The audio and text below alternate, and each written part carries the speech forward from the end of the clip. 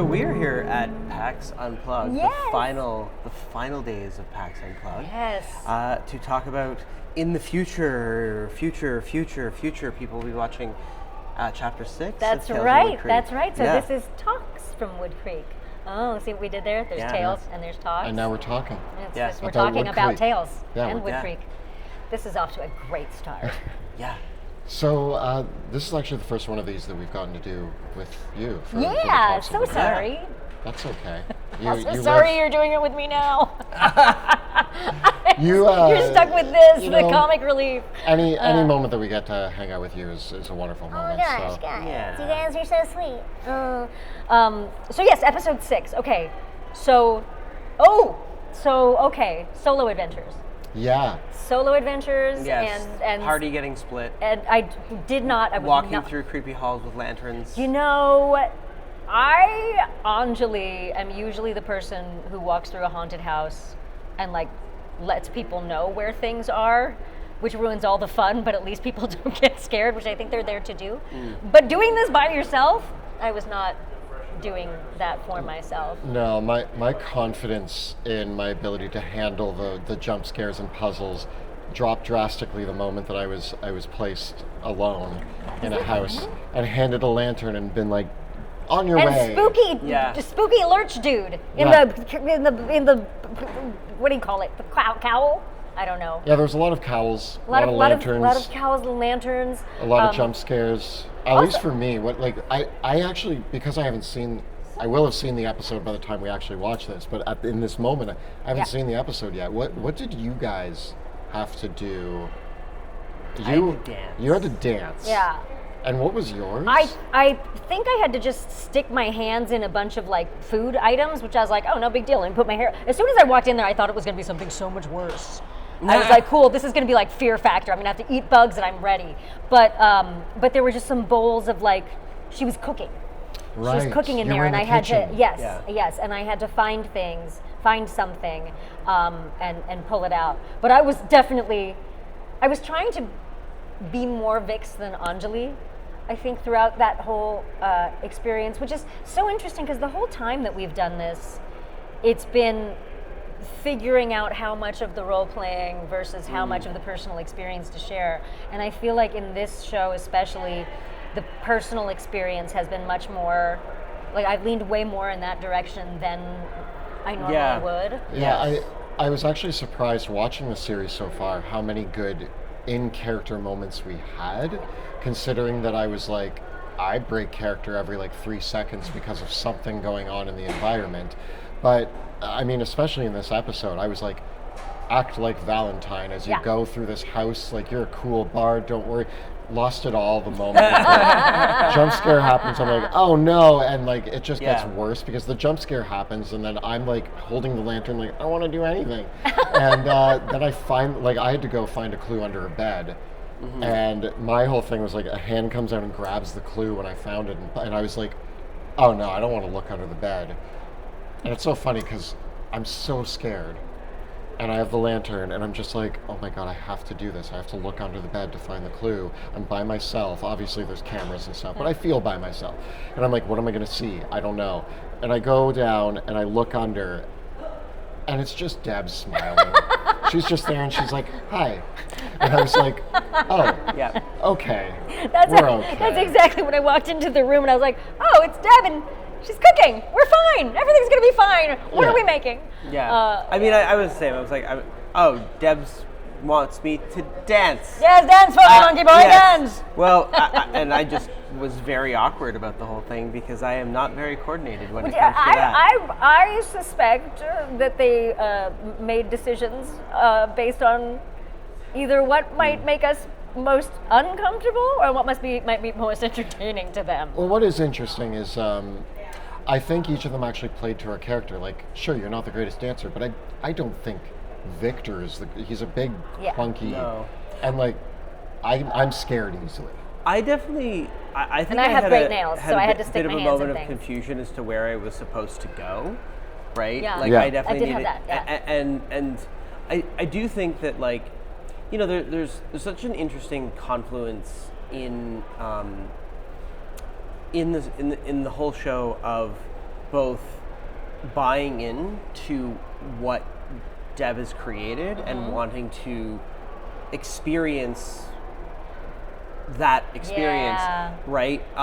Versus like also like my normal impulses, which are to break things and take them apart and analyze them. So you are a paladin. Well, no, I mean the hard thing for me, really and truly, I think with a lot of like the puzzle solving, because like I love solving the puzzles, but I also love breaking the puzzles, right? And so like. But that wasn't really Victor as a character, right? Like that wasn't in Victor's nature, and so I was always oscillating between like, you know, being someone that really would like the way that I kind of tried to approach that was that Victor is just mostly direct about trying to solve things, and it's more about like what is the obstacle that I'm just going to plow through or cut down or just pull like break apart rather than trying to like solve a thing. But then there's the part Monty brain which is like I want to feel smart, right? And I want to feel smart by solving the puzzle that Deb made. Which is funny because you, Monty, are so smart and so good at puzzles. And I, Anjali, suck at puzzles. So bad at them. I think we experienced that in episode 1 or 2 when you were like, it's just this word. Oh man, when we've been looking at for the last 10 minutes. You guys, thing. it's this thing. And I'm like, all three of us were trying to argue about it. And Monty right away is like, it's this. And we don't listen to him. Yeah, we don't listen to him in the beginning, and then we make it complicated, and then he comes back and says it again, and we're like, oh. And you were very polite about that. You were like, can I try? Yeah, exactly. This was definitely the part in Woodcreek where there was a part of me that was like finding like my way through the world and my character's way through the world that like there was a part of me that was like, oh, I should have played that rogue. Right, because I felt like. Was that a thing? Were you possibly going to play a rogue? Yeah, like I talked about rogue paladin, rogue bard, and everything like that, and there was a part of me that was like, because like I also felt like 6 episodes in that I was starting to really understand Deb's style as a DM. Yeah. And there is a certain element of like as a player where once you understand your dungeon master, and I think I can't remember the other context that I said this, but like you can metagame your DM. Right? But don't we not want to? No, okay. So the strategy so like the strategy for like as soon as you discover like what delights a DM, then you that's what I mean by like metagaming the DM. Yes, right? Once you find out what tickles their fancy. You find out what you play together. Exactly. And so like I definitely felt like I was starting to figure out because this was like really the first time that we played with Deb, and like I felt like by this point I was starting to figure out, okay, this is what Deb gets excited by, and this is the type of engagement that Deb really likes as well. And so at the same time, I also started to feel really safe, right? And so like I knew that even though they were being split up, no one was going to hurt us. Nothing bad was really going to happen, and so that also like gave me like the confidence to be the brave paladin of being like, it's going to be fine. And this, I had the opposite experience. I was terrified being alone. I don't know. I was like, what's going to kill me? So I don't know if this is good to share or not, but this was the one place where I was really struggling with, do I lean into playing as Vix in this moment, because it's good for the role play, obviously, like being separated from you guys, that's the worst thing for her again. And but at the same time, I now looking back, might have, I don't know that it would have looked any different now that I think about it. I might have not, no, I would have still screamed like a girl. You know, something, and by a girl, I mean a girl who jumped like a 1940s housewife, because that's the scream. Oh! That's literally the scream. That is the scream. I remember hearing something that I think might be something to consider that I'm only thinking of right now is like I'm sitting here like, well, I wanted to be in character and it broke so quickly and I couldn't get back into character. But also our characters in this show are the center point between Kelly and Valentine, etc. And so there is this element that even though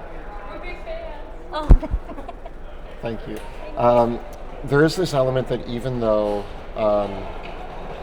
we are breaking character, it's like Valentine might also be scared. You know, he might be going up those stairs being like, I'm brave, I'm a cool bard, I got this. And then there's one slam on the wall, he's by himself, he doesn't have his brother with Yeah. him. And he's just like, oh no, like I don't want to do this by myself. I'm never by myself. Like, Right. And so as much as I'm sitting here being like, oh man, I my character was shattered by how scared I got, it's like, was it or was that Valentine? And Yeah, that's so, a good yeah, point. yeah. That's a good point. I like that. And now looking back again, if I had played it more, Vix, she spent so much time alone. I think it's because she got the taste again of like, oh, this is what it's like when we were all back together, Yeah. and then it's gone, and it's being ripped away from her this time. It wasn't of her own volition. That's certainly scarier than cooking with Deborah and Wool. That's fun. Yeah. And then, is this the episode? This is the second. Yes, this is the second of the third guest episode. Correct. Yes, with Yeah. Sean. So let's talk about this squirrel, or whatever this was. Chipmunk, gerbil, shrew. Thank you. Taming of the shrew.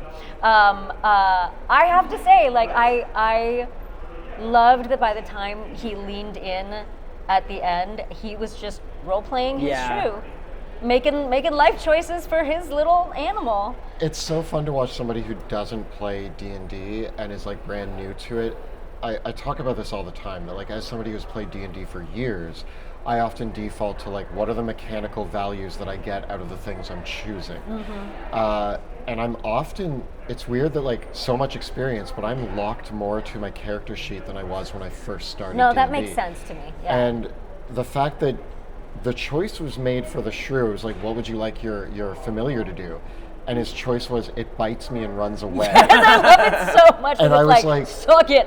Screw this. There was this moment in my head where it's like, no, that's not how a familiar. And I was like, no, that's brilliant. That's Right? a good moment. It's a great storytelling moment. Yeah, it was so funny. I feel the same way too. That I think, you know, as we learn to play more, I feel a certain self-consciousness about not knowing the rules. Yeah. And I often have to remind myself, no, stop it. It doesn't matter if you know the rules. It doesn't matter if you remember the rules. It's an open book test. It always has been.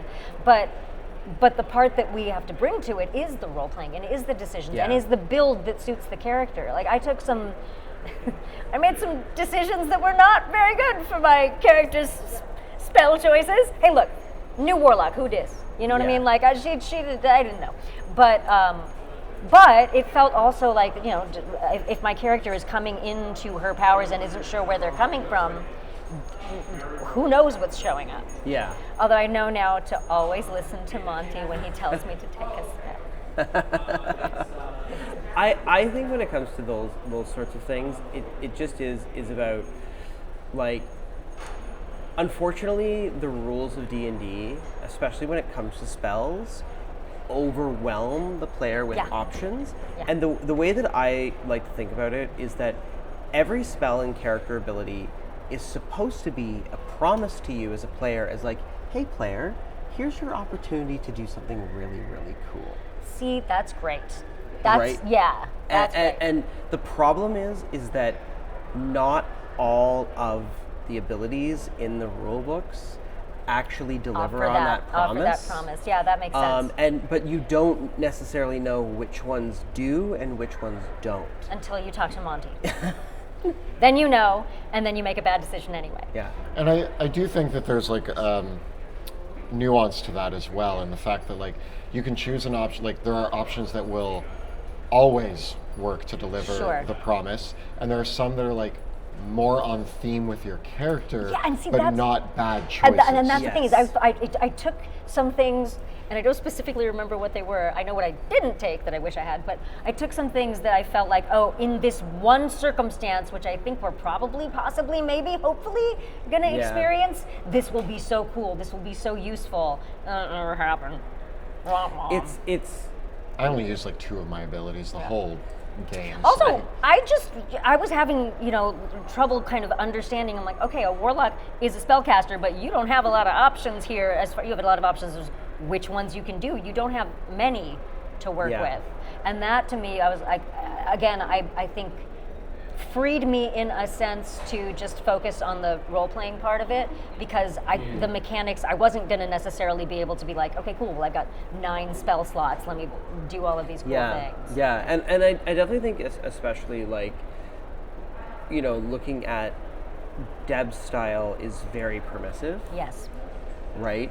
So Deb is so strongly on the player's side and wants to see us having cool moments that Deb does a really excellent job of supporting whatever choices that you do make. And what I will say is that like, you know, on the optimizing for the DM, Deb really likes skill checks, and I just know that like, if I get to play with Deb again, I'm making Party of Rogues. Yeah, Rogues. Party of Rogues. Expertise everywhere. Oops, all rogues. Nail every dice roll. Oops. Yeah. Hey, man, you know, Vix has been on the road for a while. She's a sneaky. I mean, I feel like she could end up steering rogue. You know, I've seen it a couple times with Warlock players where the Warlock player breaks up with their patron and then retrains their character in another class. That makes sense. Which is a really cool like evolution. That makes sense. Right? Huh, that actually makes really good sense. But you guys we don't know my patron. No.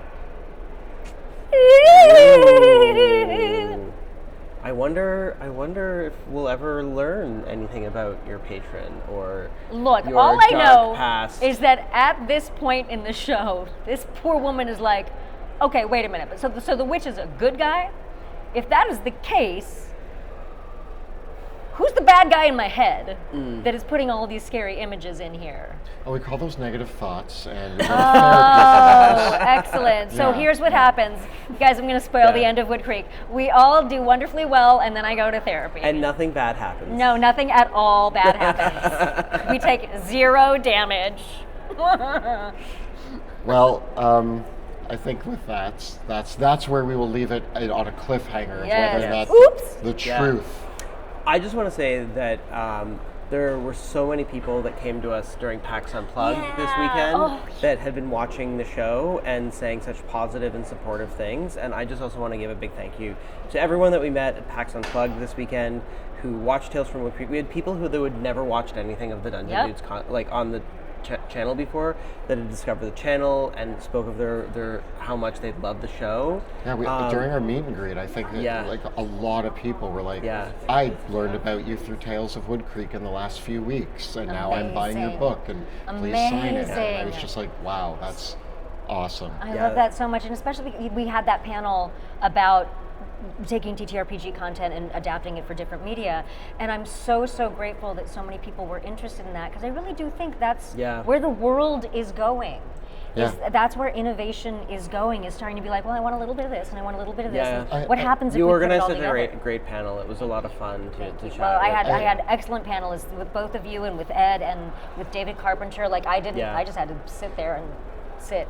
I didn't get to say this during the panel, but something that started to become clear as the conversation was evolving through our panel was that, like, I think one of the statements that the panel was making is that innovation broadens the scope of who can get into the game. Yes. And the game is for anybody, and anybody can learn a game.